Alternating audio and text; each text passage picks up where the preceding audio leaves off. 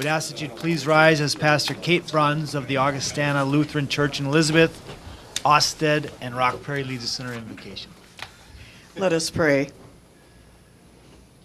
We invoke your presence, O Lord, this night, here at this meeting and amongst these people.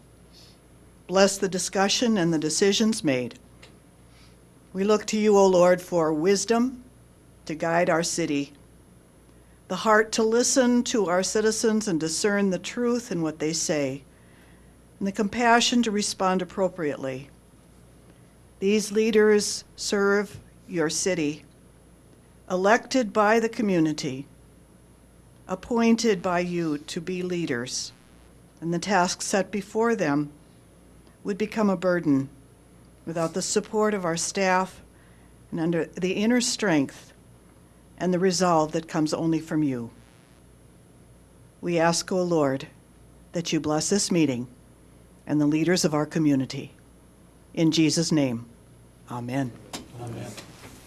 I pledge allegiance to the flag of the United States of America and to the republic for which it stands, one nation under God, indivisible, with liberty and justice for all.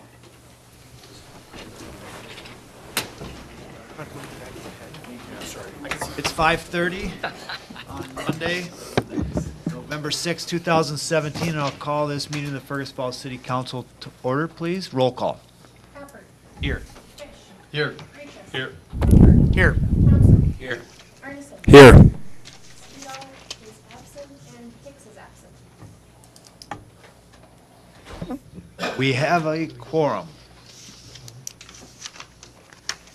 The first item on the agenda is approval of the agenda and also a committee of the whole recap. Andrew, do we have anything to add to the agenda? No additions or corrections. Okay. Under the committee of the whole, we met at 4:30 at the police department conference room, and we discussed the committee of the whole structure, meeting structure, and we also discussed how to proceed with the committee of the whole committee process in 2018, and also setting the agenda. So just to recap that, we discussed the fact that the city administrator is the one who sets the agenda, and that items need to be submitted by Thursday at noon in order to be on the agenda. We also discussed that the agenda will be used for items that need a decision, and that other items will be referred to committee for discussion. As far as the committee of the whole, it was the consensus of the group that we would change the committee of the whole meeting to Wednesday mornings, 7 a.m., the Wednesday before the first Monday of the first council member of the month, starting in February of 2018, with January's being on January 10th. I think that's what we talked about. Yep. You got it. Try it one Say more. that 10 times. The meetings will be held, all meetings will be held in the city council chambers and televised on PEG Access. And any special work sessions that need to be called will be called as needed and will be held on the Mondays prior to the city council meetings, again, here in city council chambers. Anything that I missed? Let me just say that one more time. All right. Moving on. Do we need to approve the agenda? Yes, we will need a I'll motion make to that approve the motion. agenda. Thank you, Jim. Second, Your Honor. Justin, thank you. All in favor of the motion, say aye. Aye. Opposed, same sign. Motion carries. There are no public hearings this evening, and there are no bids to award. Under petitions and communications, we have Mr. Bradley Peterson from the Coalition of Greater Minnesota Cities to talk to us about the Voluntary Environmental Action Fund. Thank you, Mr. Mayor and members of the council. Again, my name is Bradley Peterson. I'm with the firm of Flaherty & Hood in St. Paul, here on behalf of the Coalition of Greater Minnesota Cities.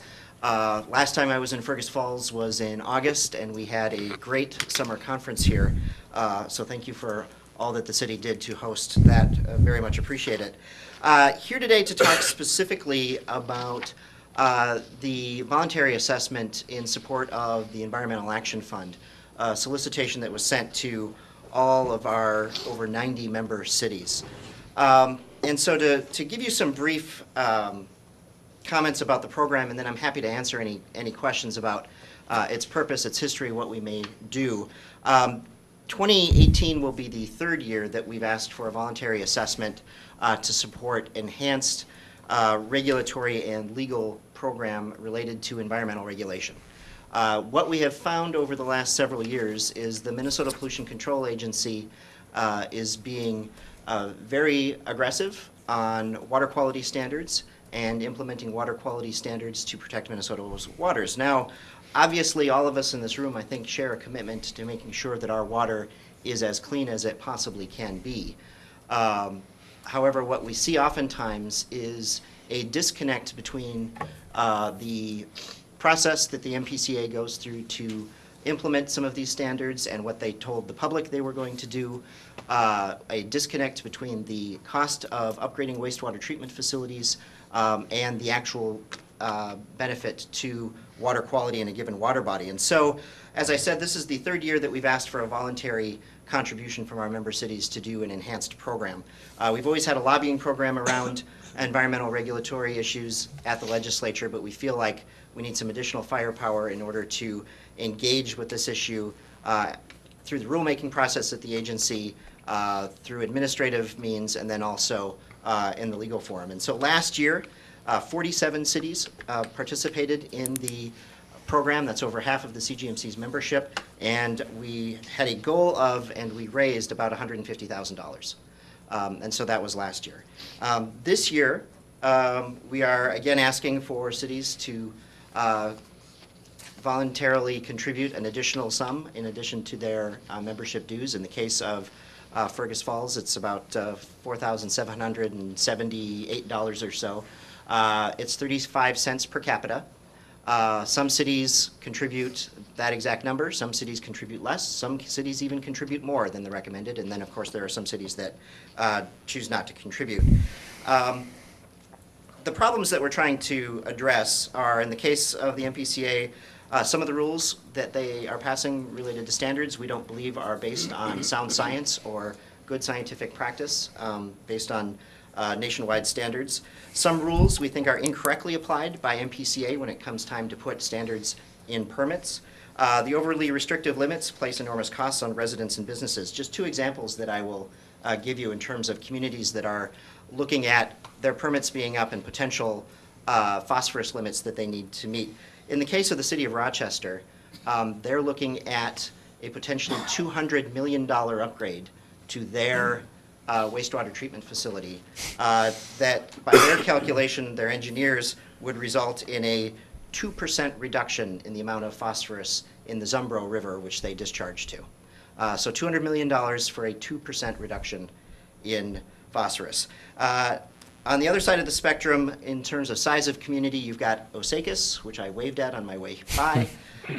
They are looking at a potentially $11 million upgrade to their waste treatment processes for less than 1/1000% reduction in phosphorus to Lake Osakis.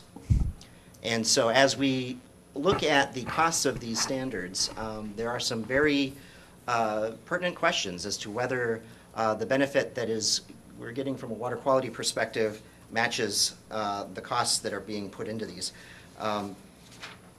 Our accomplishments, and I believe you have this in your committee packet, just over the last year, our program, I think, has actually accomplished quite a bit. The first thing on the list there is we advocated successfully for over $130 million for clean water infrastructure grant loan programs through the Public Facilities Authority. These are grants and loans that help cities upgrade their wastewater treatment facilities and drinking water facilities, either based on the age of their infrastructure or to respond to new and changing regulations. Those programs are funded through the bonding bill. CGMC is going to be advocating aggressively for another bonding bill with a lot of money for these programs again this next year. A couple of items also on the list. Number 4, the MPCA's peer review process. Number 6, the proposed changes to guidance documents. Number 7, transparency regarding implementation. These are all things that we had legislation on related to the MPCA and their processes. And while we were not able to actually pass them through the legislature, we passed them through the legislature, the governor stopped us. It has, since the end of session, resulted in the MPCA saying, hey, you know what? You guys might have a point here. We're going to voluntarily change some of our processes. And so even though we didn't necessarily pass legislation, we have and are changing practice on the part of the MPCA. And then number 8 there, the Legislative Water Commission. The legislature is focused on this issue. They are focused on the issue of how do we make sure Minnesota's waters are clean, and how do we make sure that where we need to pay for them, that we're able to do it. And so CGMC is participating in a series of meetings with the Legislative Water Commission, which is a sort of bipartisan House-Senate committee of legislators interested in water issues. And so that is just, this year, what we've been able to accomplish through the enhanced program. Going forward, current activity, like I said, we're participating in the Legislative Water Commission meetings. We are in the middle of a lawsuit against the federal EPA based on their approval of scientifically flawed standards that MPCA imposed. While they said, hey, MPCA, you can use this particular testing method here in Minnesota, we found that in other places, the federal government has said, no, you can't use that testing method. And so there is inconsistencies there. Participating in rulemaking process related to wild rice sulfate standard. A lot of folks think of this just as a mining issue in northeast Minnesota, but there are 21 CGMC communities across the state, including Bemidji and Winona, and places far away from anywhere that they're going to be a mine that are impacted by these rules. And again, looking at potentially significantly expensive treatment options through reverse osmosis if cities are need to go down that path. We're doing some research and analysis currently on the current PFA grant and loan programs to make sure that they actually work for CGMC cities. In some cases, some of the programs are income limited and are knocking out from consideration cities that you would not necessarily think of as particularly wealthy, but because of the way those formulas work, sometimes our cities can't even get access to those funds. And so we're researching possibilities, what are the levers to change those programs so that as we're advocating for more money into those programs, our cities are actually able to use them. Again, advocating for more money for the PFA. And then the other thing that we're doing, and I think this is where we're being proactive, is researching more options for a more comprehensive and collaborative strategy when it comes to water quality, meaning that we are looking at ways to engage agriculture in the discussion. Right now, the main levers that MPCA has to regulate water quality are municipalities and industry. But of course, as we look at the broad swath of contributions to Minnesota's water quality problems, municipalities are part of it, industry is part of it, but agriculture is a very big part of it. And so we are looking at ways and looking at programs in other parts of the country in which engage with agriculture, municipalities working together. And so that's something that's actually being sort of spearheaded down in the Minnesota River Valley area by the city of Mankato and others down there that are facing some permitting issues. And they're looking at, okay, what's another way to skin this cat? And so that's something that we're actively engaged in as well. So finally, the reason that we're asking for the voluntary assessment is because, I think collective action is more powerful than every one of these cities fighting these issues on their own or trying to deal with them on their own. Our argument would be that contribution to the voluntary assessment, the $4,000 that you spend this year, may save you significant costs down the road in terms of engineering, attorney's fees, maybe lobbying the legislature for special exceptions for whatever you've got going on. And so for communities that aren't even necessarily immediately faced with this particular issue or don't think they are or will be in the future you will be. And an investment now will hopefully lower costs later. And like I said, CGMC is achieving results, and I really appreciate the opportunity to present to you today. Thank you, Bradley. We'll get to questions in a minute, but this comes as a recommendation from our city engineer, Brian, and also a recommendation of what fund it would come out of. So did you want to speak to that at all? No, it's pretty consistent from previous, these voluntary assessments, so yes. The sewer fund? Yes. The sewer fund? Mhm. Okay. Does anyone on the council have any questions of Bradley? Scott? No questions, I'll just offer it. Offer the resolution. Is there a second? Thank you. Brent, any discussion or questions for Bradley? Roll call. Crawford. Yes. Fish. Yes. Rachel. Yes. Hoover. Yes. Thompson. Yes. Armisen. Yes. Resolution is approved. Thank you, Bradley. Thanks for the info. Thank you, Mayor and Council, and have a great rest of your meeting. All right, we'll see you. Thank you. All right, item number 2 under petitions and communication is an update on single-source recycling, and also then we'll get an update on organic recycling from the folks at Otter Tail County. So Guy, do you want to give us an update on the single-sort? Yep, thank you, Mayor. We are a little over a month into our single-sort recycling program, and put a little fact sheet on each of your desks on how the program is going so far. I'll just go through this real briefly. All the residents are scheduled to have their recycling picked up twice a month or on a bi-weekly basis. Pickup started October 2nd. We had a total of 18 days of collection in the month of October. The first 2 weeks of October, 2,628 carts were emptied. The last 2 full weeks of October, 2,819 carts were emptied. And then there was 2 days, the 30th and 31st last week, that were partial week in October last week. 613 carts were emptied. So we did a survey back in February of residents using the old recycling program. There was 4,409 residents recycling during that 18-day study. In October, the 18 days of collections that were conducted, there was 6,060 participants.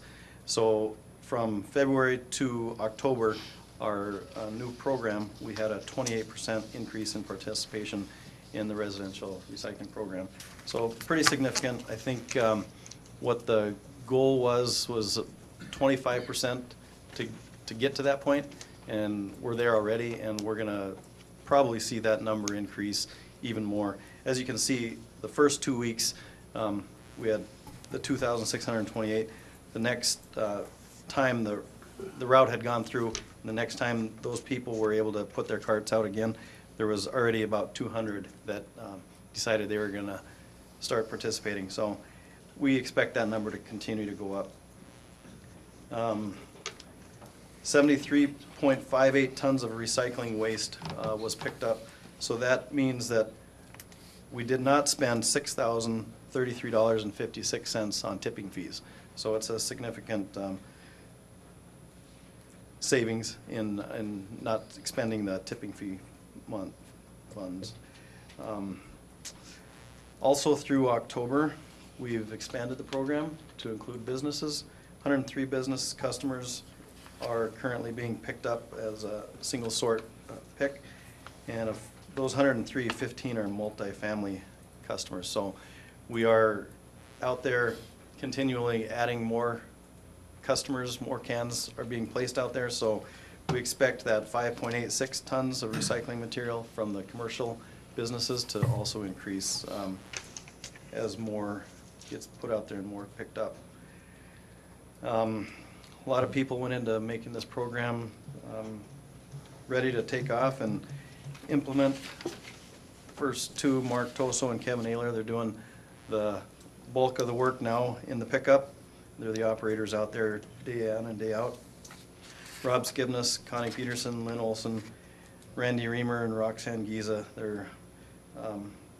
They've been very instrumental in this program.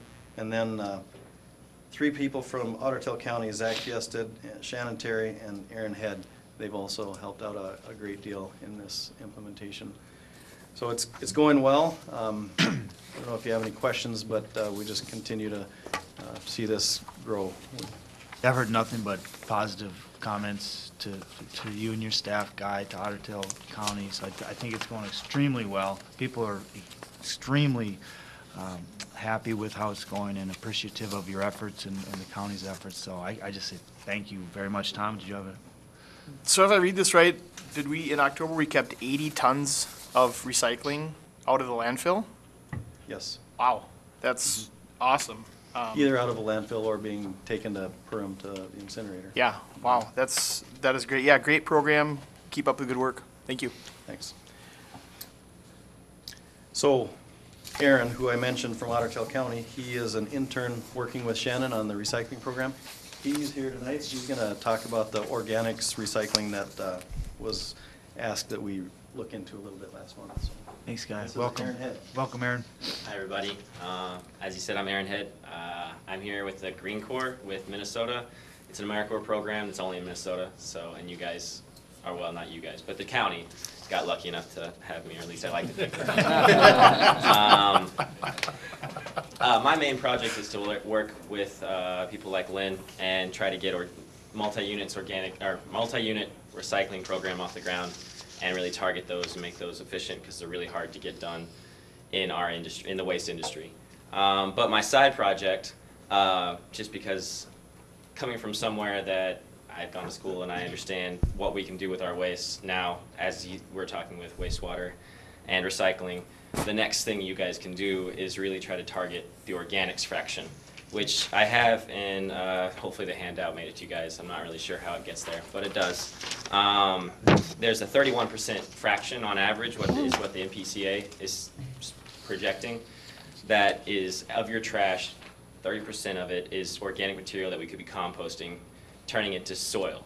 That being said, I had I invited Rod onto a tour to go to Tri-County in St. Cloud, Tri-County Organics, and we all saw a organics program working well. And Pope Douglas already sends their organics to this facility where they turn their food scraps directly into soil that they sell on the back end. This is a private industry that they're doing there.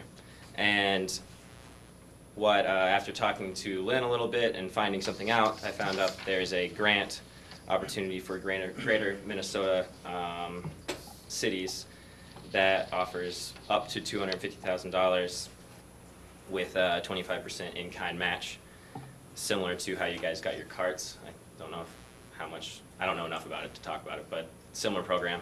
And what this would allow is for us to try to develop a program and target the organics fraction. And as he said, there's savings involved with diverting our waste from a landfill or an incinerator. And if the recycling is 50% and we take another 30% off that, you can see the savings start to add up. But also there's places like Duluth with WLSSD that runs their program so well that they're actually marketing their compost material on the back end and making a profit on the back end as well. So there's opportunity there. What I really just want to present is mostly that there's an opportunity for you guys to push your program even farther, and it's even easier because it's less capital if you guys get the grant, and really just to stay competitive.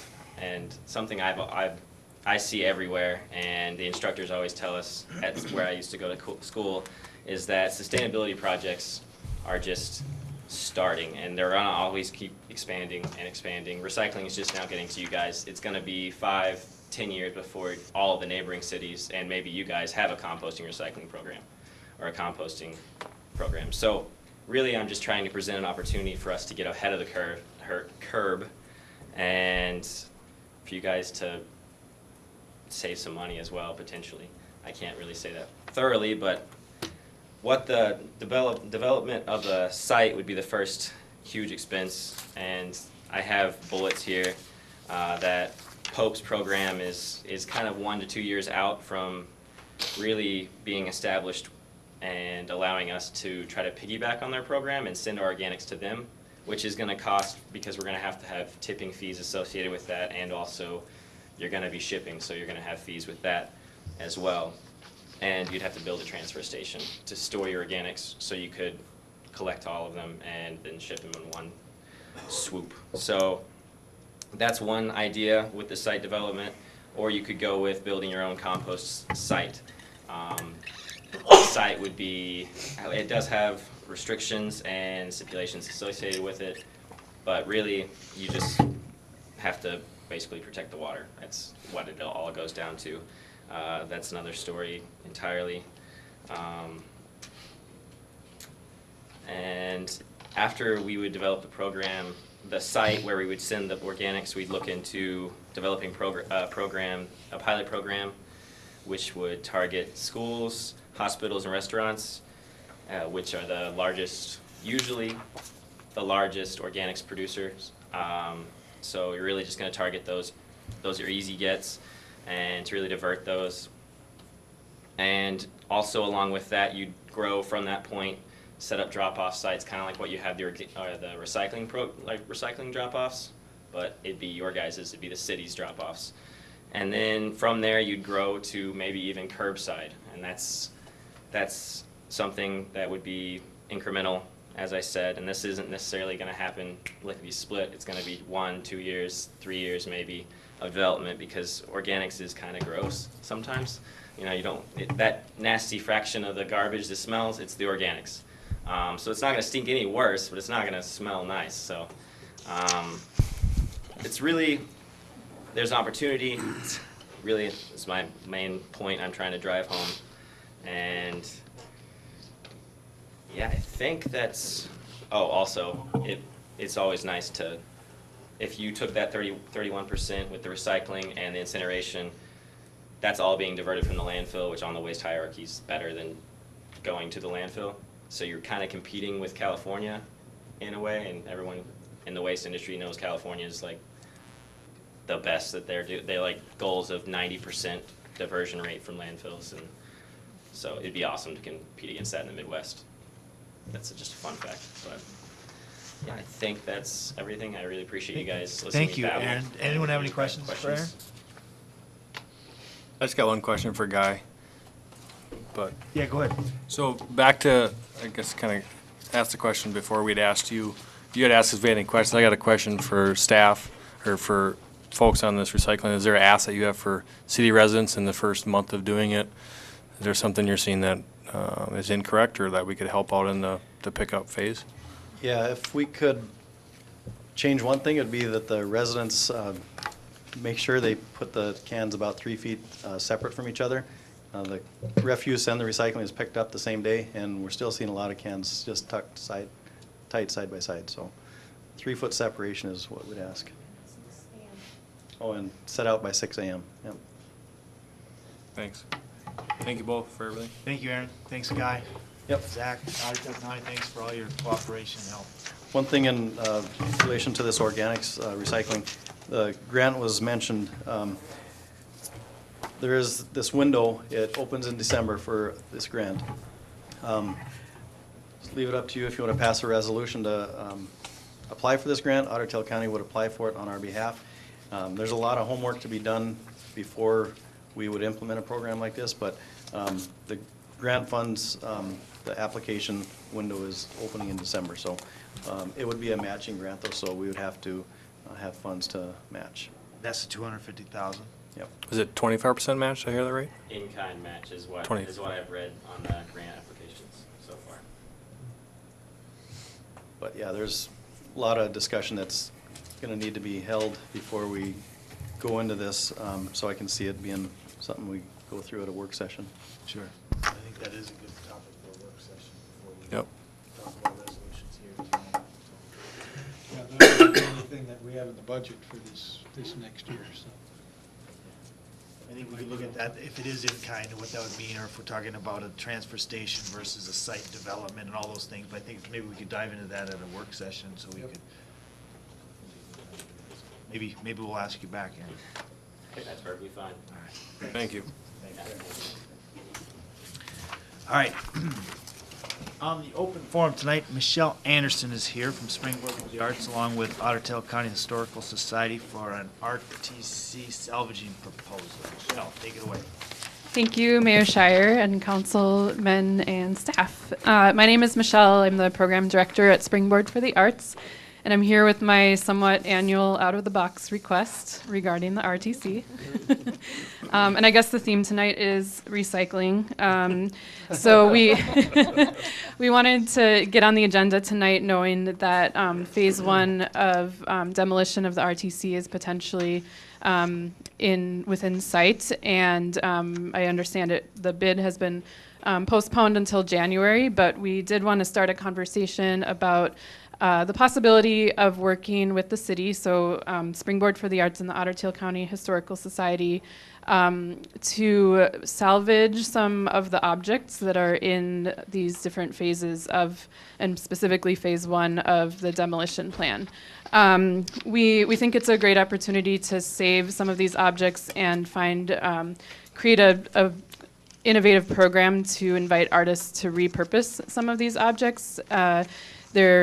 We're thinking of really basic things, not major pieces like stone, or we just don't have the capacity for that as an organization. But just to get in there and remove some of the clocks, some of the chalkboards, some glass, anything that is realistic within whatever time frame you guys will be working under.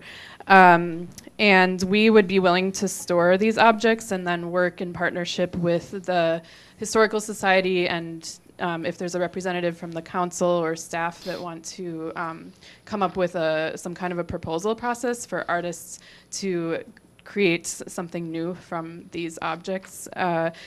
We could envision a lot of different things. There's sort of a precedent out there for other communities that have invited artists into salvaging processes. So in Detroit, the Detroit Public Schools allowed artists to go in and salvage stone and other things, and they created a reading garden out of some of those materials for the community. So just kind of finding ways to make sure there's a public benefit for saving these pieces. And then closer to home in Moorhead, the Moorhead Power Plant, some of the machines from the power plant have been repurposed into a community garden. So we're thinking kind of things like that. It's, early, we kind of wanted to just get the conversation going of whether this might be possible and help the city out by saving some space and money for landfill costs. And I gave you some pictures there that Scott Kwame shared with us. He was able to go on the demolition bid tour, and he showed me those pictures, and it was really compelling to just think, let's keep these things from ending up in the landfill and find a cool, fun public purpose for them. I want that clock, by the way. Okay. Well, you'll have to write a proposal. No. So I know I'm not sure kind of I just wanted to get the conversation going and introduce the idea and see if there's support from the city to look at this. We know that staff time is very precious, and we would be willing to put together a team of volunteers with some experience. The Zachmans, Jeff and Carl, are on board with potentially getting involved, just for example. So questions or discussion? Let's have discussion if anyone has any questions. But Andrew, maybe you just want to talk about the legalities, if you will, how that would happen with getting rid of city property, and then how, as it goes to once a bid is let, or is there anything we can do in the interim? Yeah, I think Rolf, if Rolf could answer the competitive requirement of surplus property, that would be beneficial. And then I'll just mention real quick that I've seen, and Brian as well has seen, instances where these types of situations would be handled where the contract is awarded to the contractor, and then whatever is within the building is under their control. So the group would work directly with the contractor to salvage whatever they would want to get rid of at whatever price or free or whatever the implications would be, knowing that they would not have to remove that as the contractor themselves. That removes the city from the equation altogether, and it removes some of the questions that may be posed by that competitive bid requirement. But if Rolf could answer that question first for us, I think that'd be the most beneficial. All right. Thank you. Basically, to dispose of property, there's a couple different avenues that the city can take. I mean, if we're talking salvaged materials with negligible value, we have passed a resolution not too long ago, or an ordinance not too long ago, that allowed us to give that type of stuff away. But I suspect that there could be an argument that could be made that this does have some value. And if it does have some value, and you're looking for a salvage type of situation to allow an entity to come in and salvage those types of things in the Regional Treatment Center, we may be required under the competitive bid laws to open that up to other organizations to come in and do the same thing that exactly what you propose. So I think what would make the most sense, and also taking into Andrew's consideration the fact that this could be something that a contractor may bid more favorably for the city, knowing that there's some salvage that they could do as well. So I think in light of that, my suggestion would be is that staff should take a look at this a little bit further, look at the legal implications as to what maybe would be the best course of action for the council to consider moving forward, which could be doing nothing, just letting the matter lie and let a contractor make those decisions as well. So I think that's what I would propose. And if you have any questions about it, we can certainly try to answer them. But to form a concrete legal opinion at this point, I'm going to need to do a little bit more legal research, as opposed to just coming off the seat of my pants on this one. Sure. And that's the point of the open forum too, to get the item in front of us, and so we can have a discussion. I think that's a good idea. And in light of the fact that the bids have been pushed back to bid opening in January, I think there is time for staff to develop an opinion and the legalities on that. Justin, did you have a comment? I think you just answered. The distinction of delaying that bid might be more favorable potentially, but we need more consideration on reviewing that. Because once we would open a bid and award it, then it might change.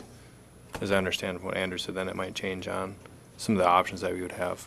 Is that correct? Yeah. I would like to find a way for us to do this, but I also respect the staff's opinion and the legalities of the issue. So if there's a way that we can either work with the contractors as we put those bids out, or work directly with your organization. But Yep, again, our main thing is that we just don't want to see that stuff end up in landfills, and we feel like there could be a public benefit to saving it and having the community somehow enjoy it in another life form. So, yeah. Sure. We'll have staff look at this. Carl, did you have a comment? I was just wondering if there could be a dialogue with Moorhead to see kind of how they did it, with the kind of use it as a template, because they probably had the similar kind of issues. Did they do it with a power company? Is that what I heard earlier? I mean, that's the old power plant, but I'm pretty sure it was the city of Moorhead that removed it. Yeah, they were immune. They are immune. So. Okay, there you go. Bill. If I get a hold of the microphone, sorry. Something we'll look at when we look at this, because like you say, this could be something in conjunction with Otter Tail County Historical Society, which could be that venue that legally that could probably be just fine. Or if it is a public project where basically these things get relocated from there to another public space, so to speak, that could be another way of it working. So certainly I think us talking about it and looking at that, there's, and checking with Moorhead and see. Check with Moorhead, yeah. Yeah, because cities just can't, typically cities can't give away any public access to anybody, even being a nonprofit, but there are things we can do for historical purposes and things like that. So there may be a way we can look at. So. Okay. So thank you, Michelle. Well, I think we'll bring this back. We'll ask staff to bring something back in 2 weeks and their findings and their recommendations on how and if we can make this happen. Fair enough? That sounds to address great. your options. Thank you very much. Thank you, Michelle. Sure. Yeah. To make it happen.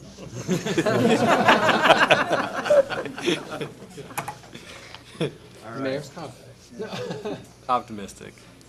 So next item on the agenda is the consent agenda. And as you see, there are 4 items on the consent agenda. They're on our packet, and they're also on the board. If there's any of these items that we'd like removed, we can do that. If not, I would entertain a resolution to approve the consent agenda. I'll offer that, Your Honor. Thank you, Tom. I'll second, Your Honor. Thank you, Jim.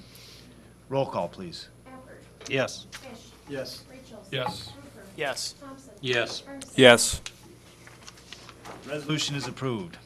Under ordinance and resolutions, item number 1 is a resolution approving the 2018 to 2020 labor agreement with the Teamsters Labor Group. Mr. Mike Hartwell. Good evening, Council and Mr. Mayor.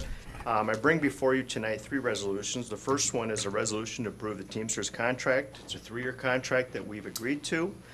2018 will see a wage increase of 2.5%, 2019 2.8%, and 2020 another 2.8%. And then we'll continue with the 75-25 cost sharing arrangement for health insurance. Looking for your approval of that resolution. Any questions of Mike? So moved. Thank you, Jim. Second. Thank you, Justin. Roll call. Pappert. Yes. Fish. Yes. Rachel. Yes. Hooper. Yes. Thompson. Yes. Ferguson. Yes. Resolution is approved. Item number 2 is a resolution approving a memorandum of understanding allowing the voluntary overtime list to be determined by seniority as agreed upon during mediation. That is correct. We've come to terms with the Teamsters. We've been able to settle a little bit of language difference in the contract, and the MOU will provide clarification for that. So I'm looking for approval for that this evening. Any questions of Mike? If not, is there a resolution approving? Offer, that? yeah. Thank you, Scott. Tom, second. Any discussion? Roll call, please. Pappert. Yes. Fish. Yes. Rachel. Yes. Hooper. Yes. Thompson. Yes. Ferguson. Yes. Resolution is approved. And finally, from Mike, resolution approving a memorandum of understanding allowing the police supervisory labor group to increase their contributions into the health care savings plans to 5% in 2018 and 6% in 2019. Did a nice job, Mr. Mayor. I'm just looking for that to be approved. Any questions? I'll offer that, yeah. Thank you, Darren. Thank you, Jim, for the second. Roll call, please. Pappert. Yes. Fish. Yes. Rachel. Yes. Hooper. Yes. Thompson. Yes. Ferguson. Yes. Resolution is approved. Thank you for all your work, Thank you. Mike. I Thanks, would Mike. Just like to say to Mike, Mr. Hardwell, job well done. I've been on the council a long time, and I remember years of us going into March before we had a contract. And the last 2 or 3 years, we've had it all done before the end of the year, and thank you very much. And we also have a 3-year deal now, and Yes. that'll take a lot of time, save a lot of time with staff. So it's a good thing we got that addressed. Thank you. Thank you, Mike, and Thank thank you you. to the Personnel Committee for your work on this too, Scott and Anthony. Item number 4 under ordinances and resolutions is a resolution approving a professional service agreement with SRF for Kennedy School Safety Plan. Chief of Police Kyle Bergren. Chief of Public Safety, pardon me. Thank you, Mr. Mayor. We've had some discussion with Independent School District 544 regarding some of the traffic concerns on Freiburg Avenue and Randolph Street since Kennedy Secondary School was built. The issues have kind of changed over the years. I think Kennedy's been in operation now 7 to 8 years. We've done some things as far as lane markings on the roadway, some changes to parking. We've, as a city, have added some additional crossings. The school district has also experienced some change in that campus. The campus has grown. They're adding more students. And at the end of the school day, traffic around Kennedy is challenging at best. Brian Yavaro and I had a chance to talk this summer about some of the issues. I've had a chance to talk with the school district over the past, probably 4 or 5 years regarding some of the traffic issues.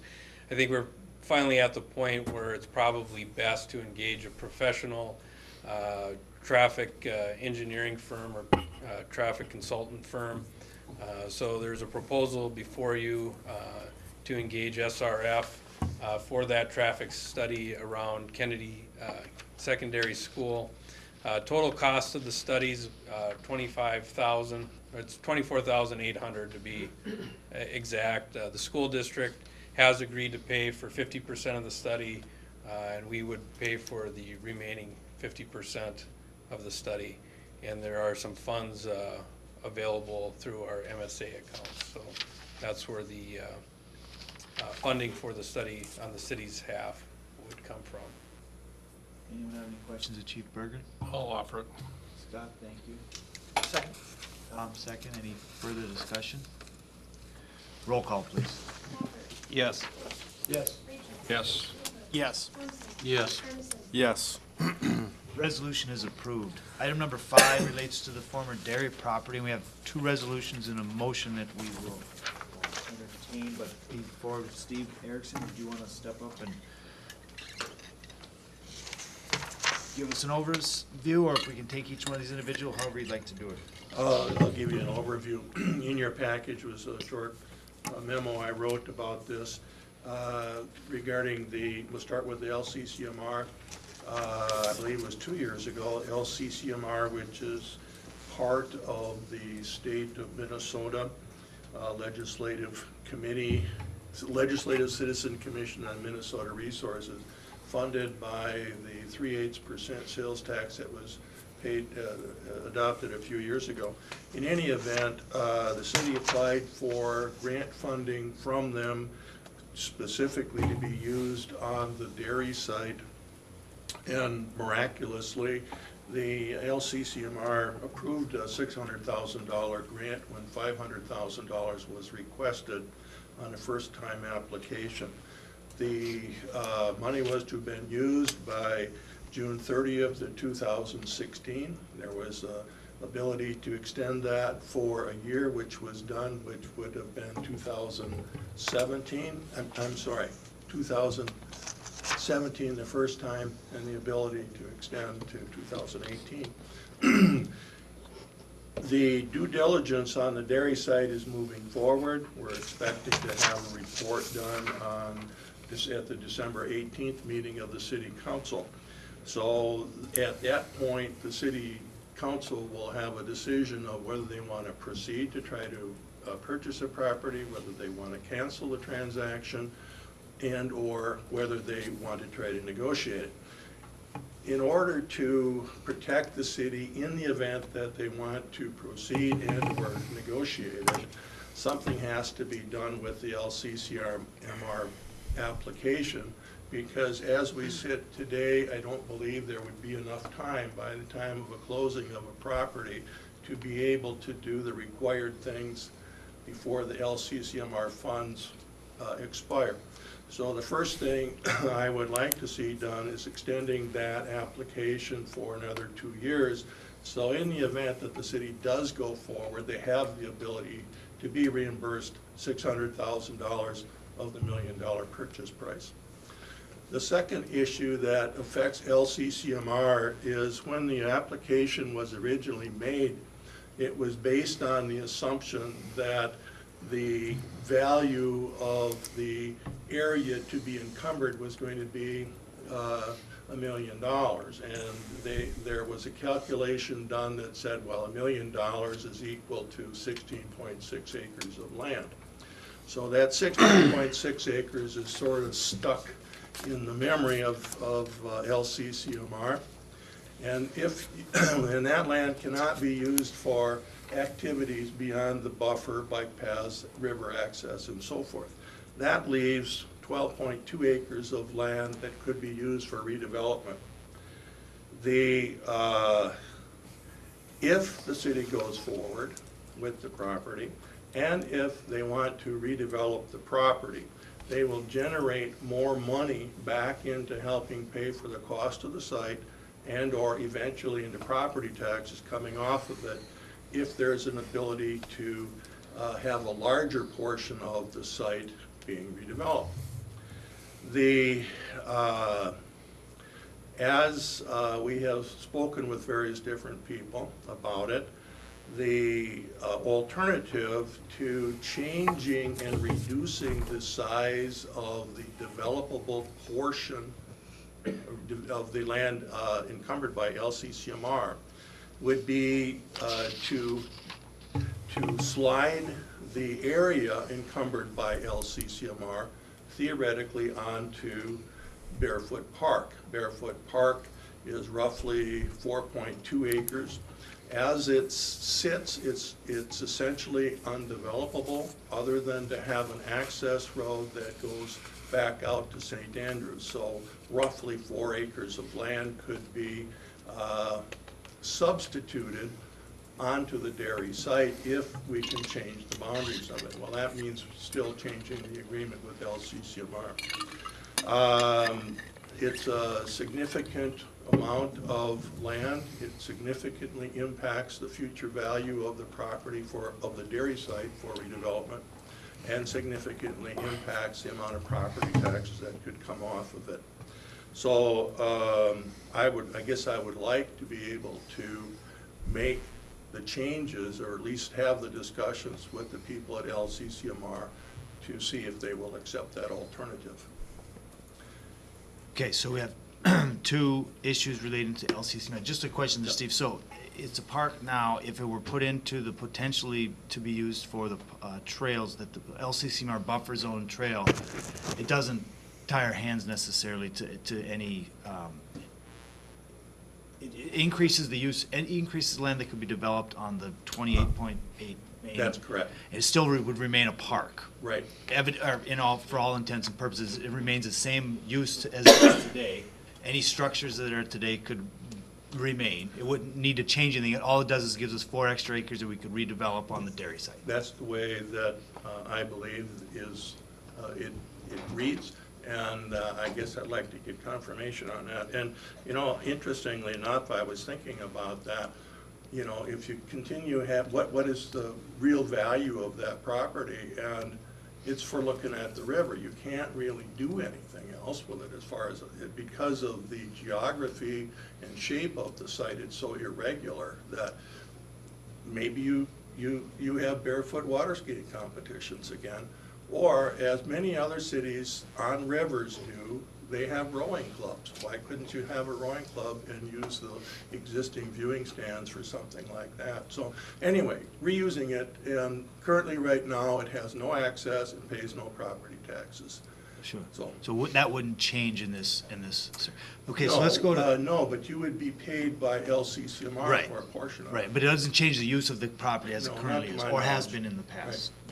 I would just want to make sure that we don't do anything with the shelter. I was involved in getting that shelter built with the Barefoot Water Ski Club, so I know we put some major dollars in there from money we made off the tournament, so. Yeah, I don't, you know, I wish that I had been smart enough to include the rendering that was done for the master plan, but if you look at that, you can see where the road goes by, and it's just basically green area for the park, so, or for Barefoot Park. So it doesn't seem to me that you need to do anything unless you wanted to put some additional facilities or something. You wouldn't have to there, modify or the current whatever. existing Well, shelter. the other thing I thought too, it might be a good place to stop off and rest. Yeah, on a trail, right. So that's Amy's got the North Country Trail and some of the other things that go through there and so forth, I think, or along by it. But in any event, it's down the road as to how it would be used. But as I look at the drawing, I don't see how it can be used for anything other than parkland or something like that, so.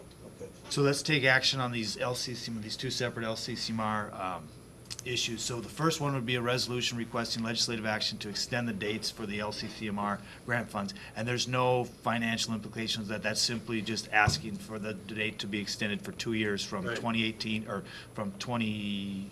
In June of 2018 to 2020.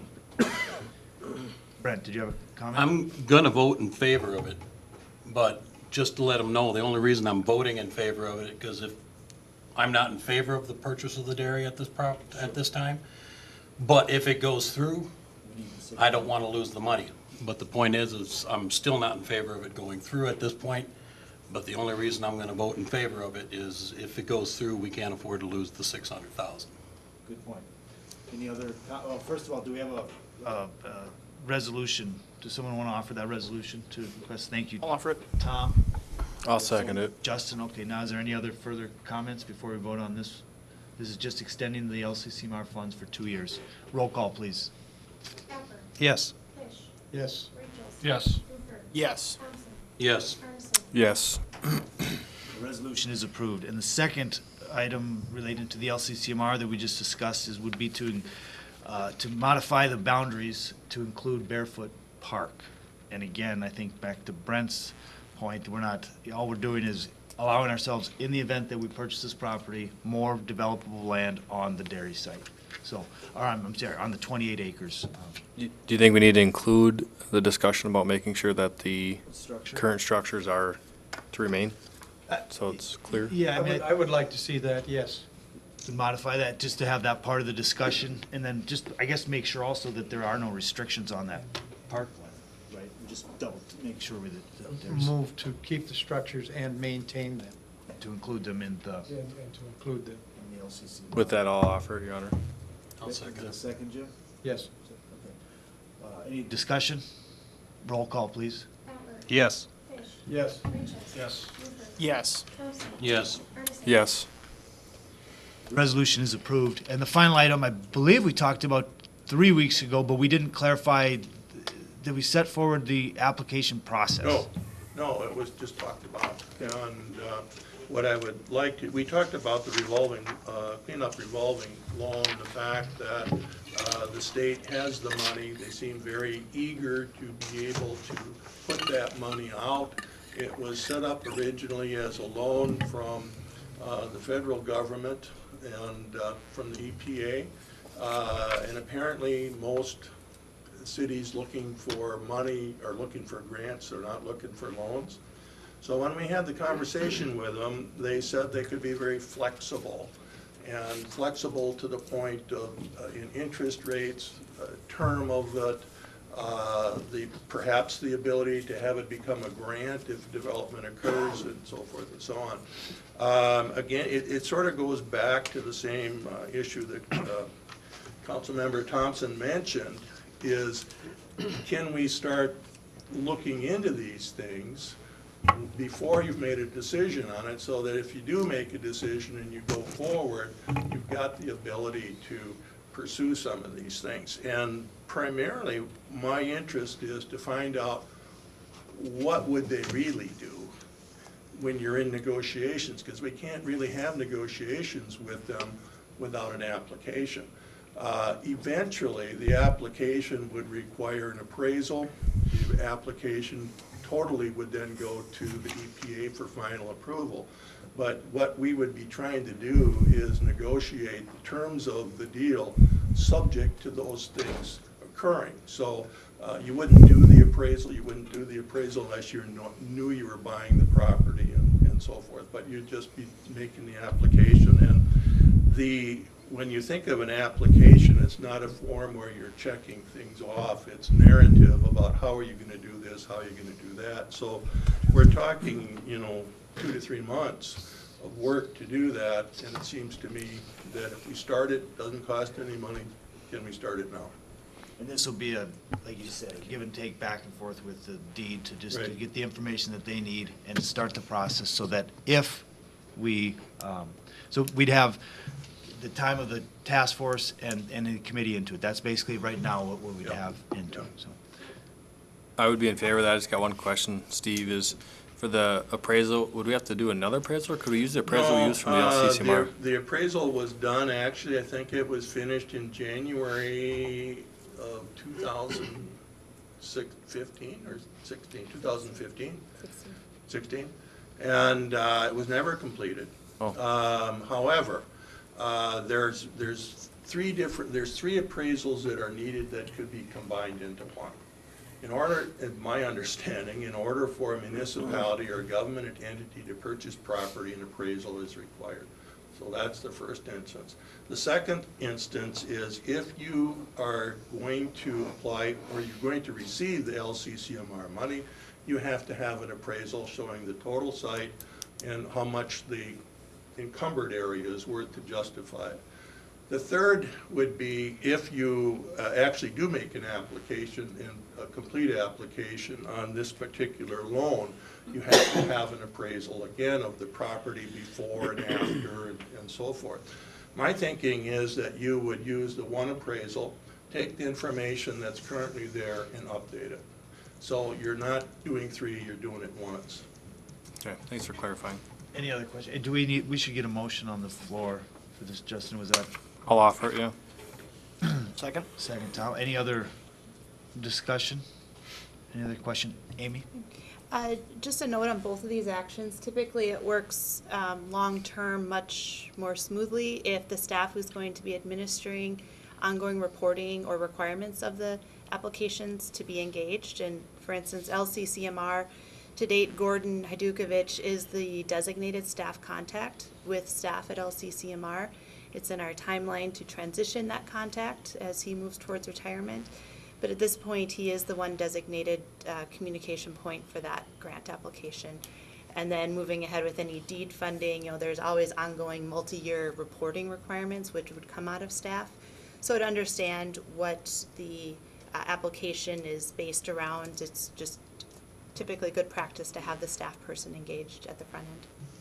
So keep staff engaged in the We'd love to process. have the staff help Okay. with this, so I don't see that as an issue. Any other questions? Well, I had one, this, there's no cost up front. This is just more of a fact finding with this.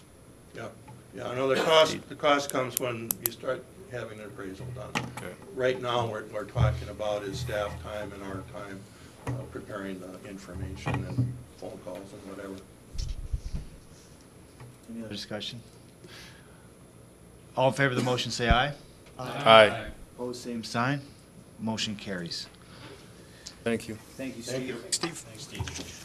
Item number 6 is a resolution approving a professional services contract with Bolton and Menk for future land use planning related to the Hoot Lake Power Plant closure study. Good evening, Mayor, council members. Before you this evening is a request to authorize engaging Bolton and Menk for the future land use planning work related to the Hoot Lake Power Plant closure study.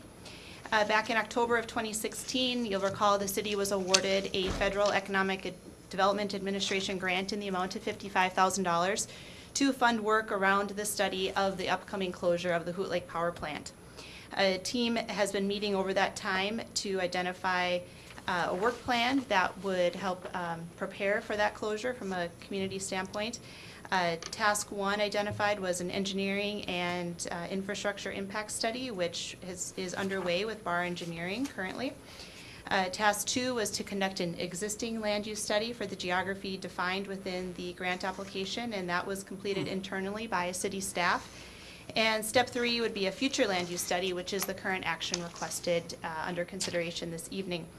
And then the final would be the fiscal impact study, so looking at what potential from a future tax revenue and other implications would be coming forward as we look at the future development and opportunity at Hoot Lake Power Plant study area. So request for proposals for the land use planning services was sent out earlier in October, and to numerous firms, as well as posted on the League of Minnesota Cities online RFP listing service on their website, and 3 proposals were submitted within the time frame indicated, and there's a recommendation from the project management team for this group for the closure study to engage Bolton and Menk in the amount of $22,355 for the services defined within the proposal. Their approach that they provided was really well suited to the needs of this overall study and within the anticipated budget for this portion of the overall study for this task. And Bolton and Menk, as you may recall, is a sub-consultant on the downtown and riverfront master planning process, so has become familiar with the community through that work, and as well is a sub-consultant with Bar Engineering on the preliminary engineering report that's being completed right now. So they've been well connected in that regard as well. The scope of work will include background analysis and data compilation, community outreach, and then ultimately development of a land use plan with consideration of various city infrastructure and services. Another piece that was positively looked at was creating steps towards implementation of the future land use, so having some action items associated with that. As mentioned, the city has received a grant that will cover a large portion of this. There's also been matching funding provided by Otter Tail Power, the city through the Water Fund, and $10,000 from Otter Tail County and the Economic Improvement Commission. So be happy to answer any questions on this proposal. Any questions of Amy? I will offer. I'll second it. Thank you, Jim and Scott. Roll call, please. Pappert. Yes. Fish. Yes. Rachel. Yes. Hooper. Yes. Thompson. Yes. Ferguson. Yes. Resolution is approved. Thank Thanks, you, Amy. Item number 7, we'll need a resolution amending the bid opening date for public improvement 9692, which is Phase 1 of the Regional Treatment Center demolition project, and we'll reschedule that to January 18th, 2018. Andrew, did you have anything you wanted to add? Yeah, Your Honor, members of the council, the action tonight is just to amend the bid opening date. We received a call a week before the bid opening, which was supposed to happen last Thursday, from SHPO, and they had indicated that they didn't feel like they had adequate time to review everything that they have the ability to review in using state funds. So I asked them if they could expedite that process so we could comply with the timeline that we had, and they indicated that they were not able to do so. So with that being said, we made the decision that it's best to just delay the bid opening. We'll still be able to hopefully open bids in January with their ability to review those documents necessary, and then still have time to complete the work before the legislative session would begin, so we have a better understanding of what our ask is going to be in February when the legislature convenes. So tonight, we just need a resolution acknowledging the amended bid date, and we'll open the bids then. An addendum has been issued to all the potential bidders and all those that were in attendance at the bid tour that we had earlier in October. So hopefully it doesn't have any impact on the bid itself, but you just never know until you open them. So it's not a whole new bidding process. Some of those bids will just stay sealed until January, and we'll open the same bid that we were going to open this week. No, we typically we don't receive bids until the day of the bid opening, so we hadn't seen any bids, but that's pretty standard. We issued the addendum 2 days before the bid opening, but the bidders would have the ability to change their bid if we had received them, because the bid itself had changed with that addendum. So yes, it's the same process. We're just simply extending it a few months, but they're still working under the same. Everything is the same in terms of what the bid calls for. Any questions? If not, is there a resolution? For that, Your Honor. Change that bid date? Darren, thank you. Now, has SHPO pretty much told us this is it? There's no other roadblocks that we're going to be experiencing at this time? Your Honor, Councilmember Thompson, I'm not able to answer that because I haven't heard their feedback on the review. It's my understanding, it's my strong understanding, that they have the ability to comment but not to make the decision. And I think we can all probably guess as to what the comments may come back as. But I can't answer that because they still have the ability to make the comments. Let's get a second to that resolution. Jim, thank you. Darren's made the resolution, and Jim seconded. Any other questions or comments? Because we don't have an option at this point, right? So it is what it is. Roll call, please. Pappert. Yes. Fish. Yes. Rachel. Yes. Hooper. Yes. Thompson. Yes. Ferguson. Yes. Resolution is approved. Tonight, the presentation of claims in the amount of $2,233,115.99. And if there's any questions, we'll direct them to Bill Sonmore. If not, I'll offer. Second. Scott, thank you. Tom, second. Roll call, please. Pappert. Yes. Fish. Yes. Rachel. Yes. Hooper. Yes. Thompson. Yes. Ferguson. Yes. Resolution is approved. There are no board, committee, or department reports. Under reports from staff and administrative officers, land sale proceed policy, Andrew Brumseth.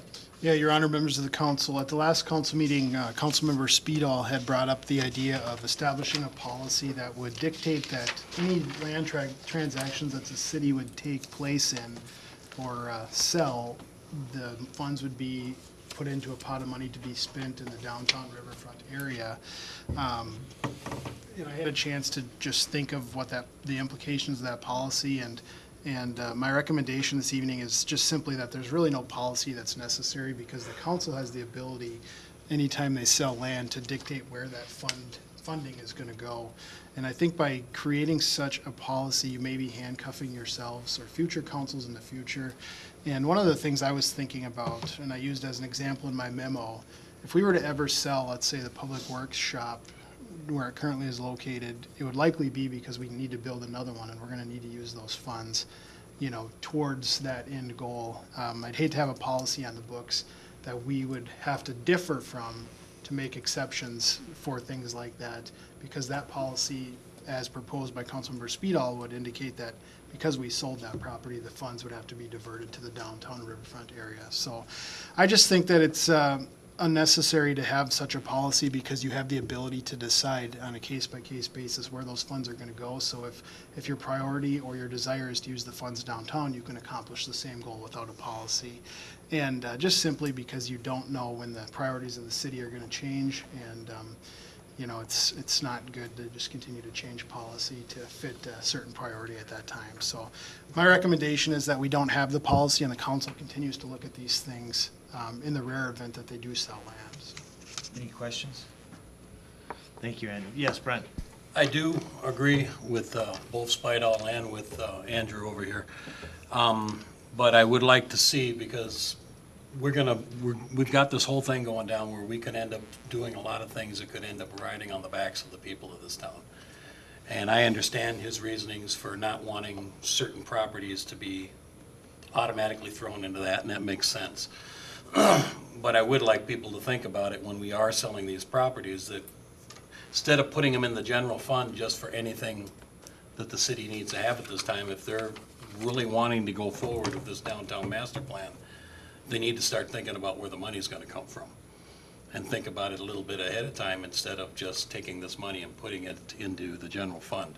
I'd like to see something like what he was just talking about, where people start thinking about it and say, okay, let's put this money aside, because we don't want to turn around and all of a sudden say, hey, we got no ideas on how we're going to pay for this. And I'd like to be able to at least have some kind of a little bit of a nest egg sitting there when we do start doing some of these projects, if we do at all. Thank you, Brent. Any other comments? Well, just a comment. Bill, correct me if I'm wrong, but I thought the discussion was when sale happens, we still track that. From an accounting perspective, it lands in the general fund because that's where it has to go, but we still have kind of a subcategory, I think, if you will, of those proceeds and how we can track it for spending purposes. Is that correct? Yeah, what I had said last time is when the general fund is our general operating fund of the city, and you know, like for 2018, we're passing a budget that's a balanced budget. So if you were to sell something for $100,000, that would go into the general fund, but we're not using it to fund the current year operations. So it's in fund balance, or in like a savings account, you could say. And you as a city council have the ability to designate that fund balance. We have different types of fund balances. I get to talk about the audit just a little bit now, but you have different structure. Don't sigh, everybody. But I want to just touch on a couple of those. You have non-spendable fund balance. That's money that we've already spent that's like sitting in inventory. So we've taken cash and created an inventory with that. That's non-spendable, because you can't write a check from inventory. You know, you have street signs that are ready to go up, things like that that are on hand. Then you have restricted fund balance that's restricted by an outside source. So that's typically the state of Minnesota. You hear Brian talk about our state general MSA funds, municipal state aid. Tell me the MSA, municipal state aid is all it is, right? But it's restricted for streets. So we can only spend that on streets. But then we get to committed fund balance, and that's where the city council passes a resolution that this fund balance is committed for this. So if that goes into the general fund, it's not gone, and you can commit that so that it's memorialized, that in essence kind of setting apart that in a savings account kind of thing. So even though it's in the general fund, it's not gone, it's not swallowed up into something, you can commit that. And then we have one other type is assigned fund balance, where we know the intentions of the council are for a certain thing. And one thing that comes to mind is the RTC funds that we receive from the state. We account for that separately. It gets rolled into the general fund, but I know that's for the RTC. so we assign that as RTC. So I'll stop there, but a little long explanation. But I wanted you to understand our different types of fund balances within that general fund, so. Thanks, Bill. For stopping. I know. You weren't the only one thinking it. Couldn't help myself. Very much appreciate it, very much, in all seriousness. Okay, item number 2 under reports is an EIC update on communications strategy. Council, Mayor, this is just an update, no action being required, but wanted to introduce an idea that the Economic Improvement Commission has been working on. Back in June, the EIC board identified communications and the marketing of Fergus Falls as a priority and at a planning session. And similarly, around that same time, the city council was talking about this as a potential priority. It didn't advance specifically within, there are some funds assigned to it within the 2018 budget, but not a real specific plan around that. And so the EIC wanted to continue that effort and offer a way to advance that by potentially funding a communication strategy. So the last couple of meetings, the board has reviewed some ideas and then subsequently a draft proposal from a firm to provide such services. But they don't want to move ahead formally with that strategy without having the city engaged in that process, because their intention is not to create an EIC marketing and communication strategy, that it would be a more global city-wide strategy that would be used by the city as an organization, as well as with our community messaging through the Economic Improvement Commission and other potential partners. So wanted to introduce that and could certainly answer some preliminary questions, but the EIC board will be looking at it again on November 16th, and then would potentially be approving an actual contract contingent on the city council providing further direction at an upcoming meeting on participating with that strategy preparation. Any questions for Amy? And the Visit Fergus Falls is the other entity that will also be discussing this at their board, and we don't have control over that board, and they'll have an independent discussion on November 20th to see if it's something that they would, where they're at with it as well. So I would say 14th, did you say, with the EIC? EIC is the 16th. 16th, and then, so we'll discuss this again. We'll have a better idea, I think, where everyone else is at on the 20th of November, and we can put on the agenda for action on November 20th. Yeah, that makes sense for that date. That makes sense? Anyone have any questions of Amy? Okay. Thank you, Amy. Thank you. There's no old or unfinished business, and I do not believe there's any new business. And November 10th, most city offices and buildings are closed in recognitions of Veterans Day.